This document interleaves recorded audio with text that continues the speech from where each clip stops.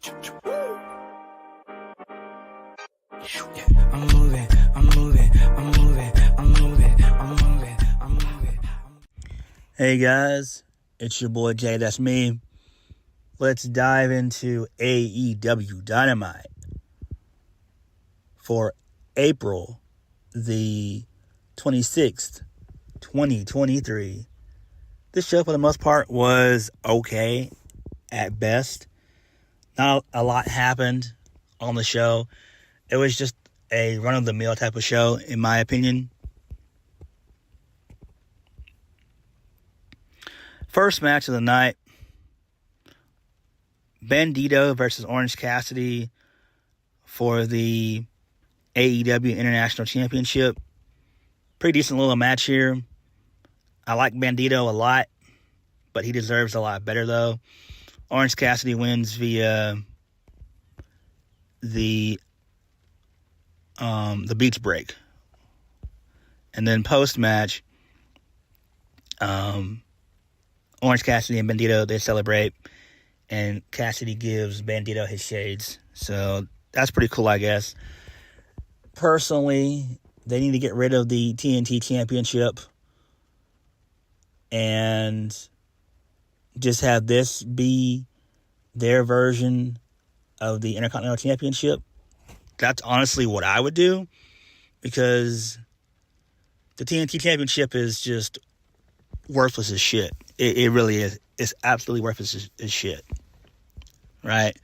We've had so much flip-flop throughout the months. It's just been unreal. And we can't continue to do that going forward. If I was booking this, there would be no TNT Championship. I would have retired that once Cody left. That's just me. Moving on. Adam Cole, he's backstage. He calls out Chris Jericho to show him the mistake he made. And if he doesn't come out, he'll come find him. Okay, so that's fine.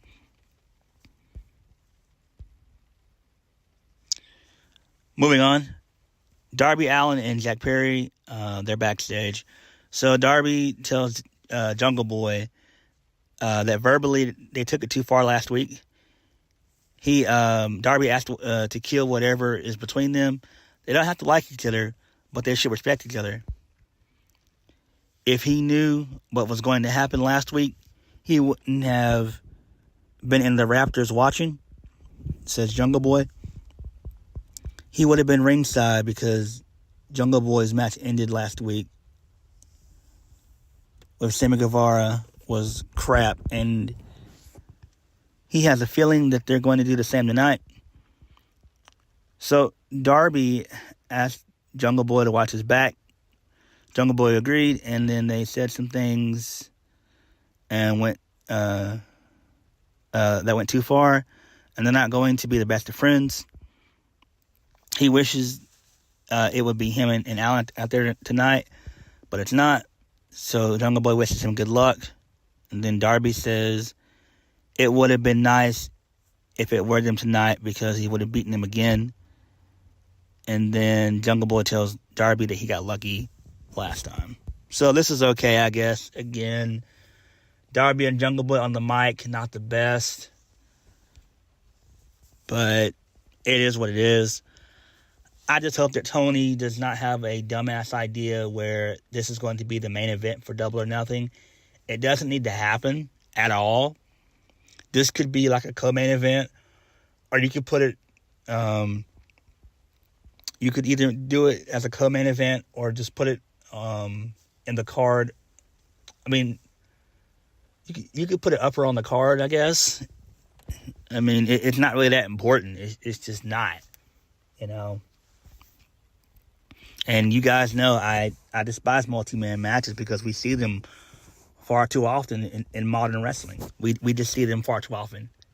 No matter what promotion, it's just way too much. Oh, boy. This is when the show went off the rails, and I wanted to gouge my damn eyes out. Jeff Jarrett versus Dax Harwood. So Jeff Jarrett wins via the stroke off a distraction from the most shittiest person alive, well, Indian wrestler alive, that being Sanjay Dutt. Oh, boy. This doesn't even make any sense. Why in the hell did Tony Khan book Jeff Jarrett to go over Dax Harwood? For what? And he's one half of the AEW Tag Team Champions. Make that make fucking sense. It doesn't. This is dumb. This is a stupid idea. So, Tony Khan's big announcement, which really he could have done this on Twitter, if we're being honest. So, he announces that there's going to be opening ceremonies for the Owen Hart Cup that'll take place at Double or Nothing in Las Vegas on the 28th of May. The tournament will be held in Canada, including matches at Forbidden Door. And the tournament final will take place in Calgary on July 15th. So, that's okay, I guess. It's not really that important. It's only important if they do it right. Like, whoever wins gets a title shot, whether it be the AEW Championship or the TNT Championship or the All International, AEW All International Championship. That's kind of what I would do. Again, this is something that should have been announced on Twitter. He didn't need to waste people's time with this. It would have been better if he would have just done this through Twitter. Moving on, Wardlow, he destroyed a jobber. He won via the Powerbomb Symphony, did 4 Powerbombs. I feel bad for Wardlow. I really do. So after the match, Glockman, a.k.a. Arn Anderson, he got on the mic and said that Wardlow is a dynasty. And then out comes Christian Cage and Luchasaurus. So the two of them attempted to get into the ring, but they didn't. And that was it. Again, it doesn't really matter. Again, this is something that Wardlow does not need. Wardlow needs to be built up so he can be the one to dethrone MJF. I was about to say Jungle Boy. What the hell? Speaking of MJF, he was backstage and him and Sammy Guevara were doing some questionable shit. I didn't like it. So, Jungle Boy kissed Sammy Guevara on the forehead and told him that this is his big moment. Sammy kissed MJF on the forehead as well and said that this is our moment. Sammy said that tonight he's going to beat Darby Allin, and Sammy gave MJF a vest to match his, and MJF gave Sammy a scarf, and then they hugged. And I almost wanted to freaking vomit. It was just that stupid. Again, this is a waste of time. Seriously. Tony, please do not do this. Do not book this Fatal 4-Way. It doesn't make any sense. Again, this doesn't make sense. Stop giving everybody participation trophies. We don't need it at all. For the love of the creator, please stop this nonsense. We don't need a Fatal 4-Way. We just don't. I'd rather it be Darby Allin versus MJF or Jungle Boy versus MJF. It doesn't matter to me. But we don't need Sammy Guevara in this. We just don't.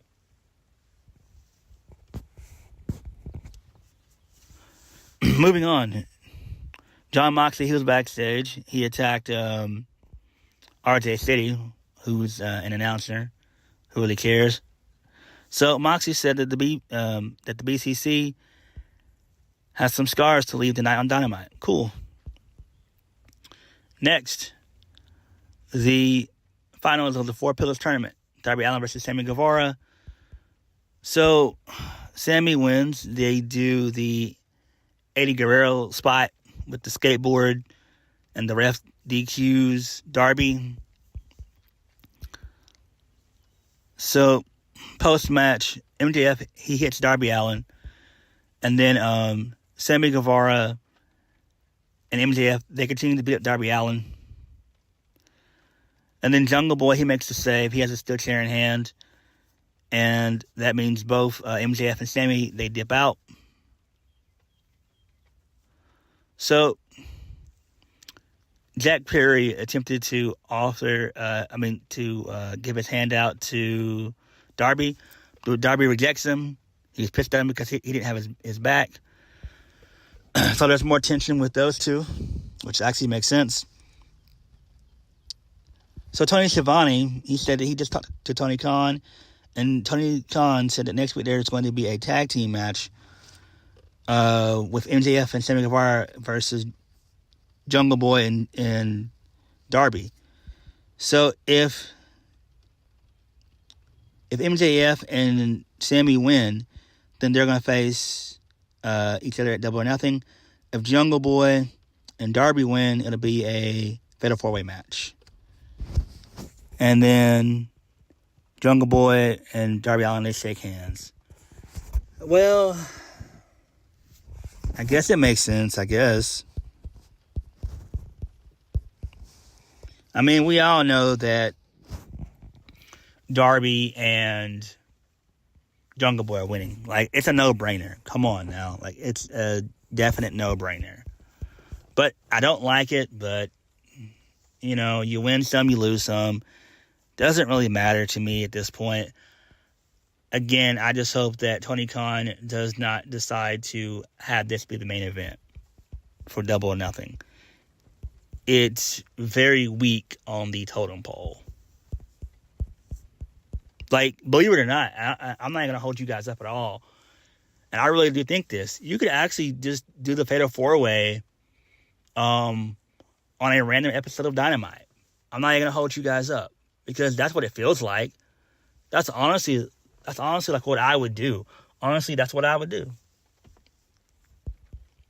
That's what I would do. Because there's just no point in having the Fatal 4-Way. It just doesn't make any sense. You could literally put it on Dynamite. Literally. Moving on. So, well, no, my bad. More MJF stuff. So, MJF, he's backstage. He said, him and Sammy are backstage. He said that Tony Khan won't be able to keep him around from treating him like this. Which we all know he's not leaving. Like, I'm tired of that stupid shit that, I'm leaving in 2024. No, he's not. He's not. So, MJF was getting in his car, and Sammy tried to get in as well. MJF told Sammy that the car was full when it wasn't. So Guevara saw that it wasn't, and then MJF dipped out. Smart decision. Great. Next, Adam Cole, he was in the ring. He told Chris Jericho to come to the ring. When he didn't appear, Adam Cole said he was going to find him. And as Cole was about to leave the ring, Jericho appeared on the Titantron. Jericho said that he doesn't want to be anywhere near Adam Cole after Cole allowed the love of his life to get viciously beat right in front of his eyes. Jericho sent the Jericho Appreciation Society to the ring. So it was a 4-on-1 beatdown. And then Orange Cassidy and Mendita, they came out to make the save. But still, there was the numbers game. And then, out of nowhere, magically, Roderick Strong appears. Okay, cool. And they clear house of the Jericho Appreciation Society. And both Adam Cole and Roderick Strong, they embrace. So 2/4 of Undisputed Era is there. Again, it's not that important. It doesn't really matter. I'm guessing that Roderick Strong was probably released from WWE months ago, I would imagine. Because really and truthfully, they must have released him probably, I want to say in February, and it probably was like a quiet release. Or no, he could have gotten released in March. Because Roderick Strong was just in NXT. So, I mean, he's not a game changer. It's cool that he's there, but it really doesn't matter. It's a little bit too late for that. It's a little bit too late for that. It truly is. If you honestly break it down, there's no need for the Undisputed Era to fully reunite in AEW. It just doesn't make any sense. Bobby Fish is doing, I think, some MMA type stuff, and he's still wrestling on the indies. Kyle O'Reilly, he's still injured. Don't know when he'll come back. Hopefully in the next few months. I think he has a neck injury, if I'm not mistaken. So, it's not really a quote-unquote game changer. It's not. Roderick Strong is a decent mid-card. Just a decent mid-card. And that's it. He's a decent utility type of guy. That's what he is. You know, I could see him being TNT champion. I could see him being tag champion, trios champion, and all-Atlantic champion. Or, my bad, the international champion. I could see that happening. But, you know, this was a little bit too late. Doesn't really matter. So, who cares? It's cool that he's there, but it's not really going to mean anything. Moving on. My boy, Powerhouse Hobbs. He's pissed off at QT Marshall. I agree. I wish that Powerhouse Hobbs would have caved QT Marshall's head in through that damn brick wall. That's what I wish he would have done. So Hobbs said that things were going well when he was following the book, mentioning the Book of Hobbs, which I wish he would go back to the character. We never got anything else added to that. So QT says that when he became involved, Hobbs became a champion and he'll be champion again. Hobbs told QT Marshall to fix it. Marshall told his folks that it's time to go to Plan B. What the hell is Plan B? There shouldn't be no plan. Disband this shit. Will Hobbs deserves better. QT Marshall is just awful. Awful. Next. Taya Valkyrie versus Jade Cargill for the TBS Championship. Jade Cargill retains. Makes sense. So she rolls up Taya Valkyrie. So I guess you could do a rematch at Double or Nothing if you wanted to. I don't know if Mercedes Moné is going to come in at Double or Nothing or Forbidden Door. I would bring her in at Double or Nothing. Honestly, there's no point bringing her in at Forbidden Door. That's where we need to have Mercedes versus Jamie Hayter. That's what I would do. I don't know. But, you know, I'm glad that Jay retained. It made the most sense here. She's going to lose. She's going to lose eventually. So, post-match, Taya, she attempted to hit Sterling. She beat down both Mark Sterling and Leia Gray. And she took them out. And she tried to do the road to Valhalla to one of the officials, and the officials were able to stop it in time. Okay, that's fine. Moving on. Jamie Hayter, she was backstage with Britt Baker. Britt Baker said some stuff. She has a black eye from last week. Jamie Hayter, her arm's in a sling. Jamie Hayter said that the Outcast sent her to the hospital, but it won't be over until they are sent to the morgue. Who really cares? Next, I feel bad for Ricky Starks. I feel bad for Ricky Starks. I really do. Sean Spears. Yes. The jobber, Sean Spears, appeared on our television. And he said that they don't have to like each other, but they're going to team up and take out Jay White and Juice Robinson on Rampage. And I was like, yes. Whew, yes. Thankfully, this is not going to be on Dynamite. So that was a wise decision by Tony Khan. I got to give it up to him. Much love and respect to Tony Khan for doing that. Thank you, Tony. Thank you. Right call here. Not that I'm going to watch Rampage. Then the main event, something that never should have happened. The Butcher and the Blade versus Kenny Omega and Takeshita. Konosuke Takeshita. So, Takeshita gets the win via the running knee. So, post-match, Danielson, he gets on the mic. He says that he sees one pro wrestler who got the pin and one who looks like he's exhausted, like his best days are behind him and living off the legacy he built in Japan. Danielson said if Takeshita trained with the Blackpool Combat Club, he would be a world beater. So then Moxley, Claudio, and Willa Yuta, they attack Takeshita and Omega from behind. And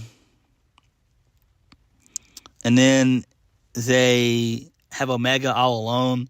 The Bucks, they come out, they make the save, they super kick Claudio and Willa Yuta. Kenny Omega does a dragon suplex to Moxley. Then Omega attempts to pick up the screwdriver. Danielson then tells Takeshita to get into the ring, and Takeshita begged Omega not to use it. The Bucks held Moxley in place to be hit. Then Willa Yuta and Claudio, they came back to beat down the Bucks. And then Moxley gave Kenny Omega the paradigm shift, and Danielson raised Takeshita's hand.